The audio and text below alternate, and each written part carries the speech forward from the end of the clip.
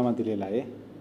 माझ्याबरोबरच जुन्नरचे शरद सोनवणे माजी उपजिल्हा प्रमुख यांनी सुद्धा पक्षाचा राजीनामा दिलेला आहे व खेड तालुक्याचे अशोकराव खांडेपराड यांनी मनसेमध्ये प्रवेश केलेला आहे।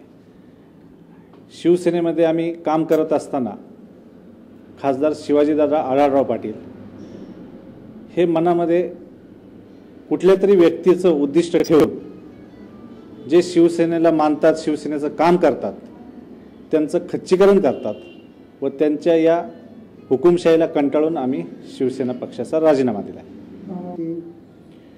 आम्ही पक्षश्रेष्ठींच्याकडे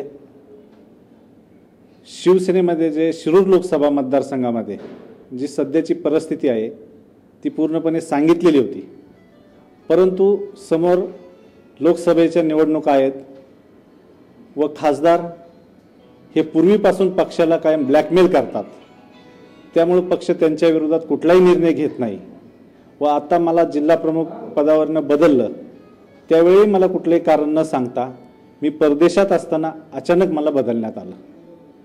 हे केवळ त्यांच्या मनमानी कारभाराला मी विरोध करत होतो, पक्षहितासाठी काम करत होतो, ते न आवडल्यामुळं त्यांनी हा निर्णय घेतला।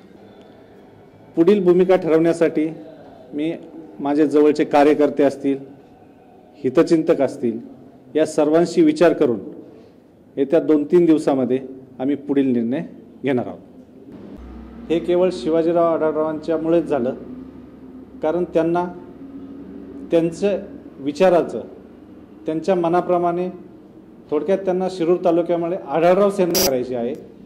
शिवसेनेचं कुठलंही काम केलेलं त्यांना चालत नाही। मी आज आपल्या माध्यमातून सांगतो आहे, पण अशी प्रतिक्रिया कट्टर शिवसैनिकांच्या मनामध्ये आहे व या त्यांच्या वागणुकीला कंटाळून आम्ही पक्षाचा राजीनामा दिला। या लोकसभा निवडणुकीमध्ये जनतेला पूर्ण समजलेलं आहे की कोण उमेदवार कसे आहेत, कोणी काम केलेलं आहे आणि याचा पर्दाफाश थोड्याच दिवसात होणार आहे। आम्ही आमची भूमिका स्पष्ट केल्यानंतर या विषयावर बोलू। आढळरावांच्या विरोधात जाहीर प्रचारात उतरणार आहात का? मी शिवसेना पक्षाचा राजीनामा दिल्यामुळे मी त्यांचा प्रचार करण्याचा प्रश्नच येत नाही, त्यामुळे मी ज्या पक्षात जाईल किंवा माझं पुढचं काय धोरण असेल त्या पक्ष नेतृत्वाच्या आदेशाप्रमाणे मी काम करेल।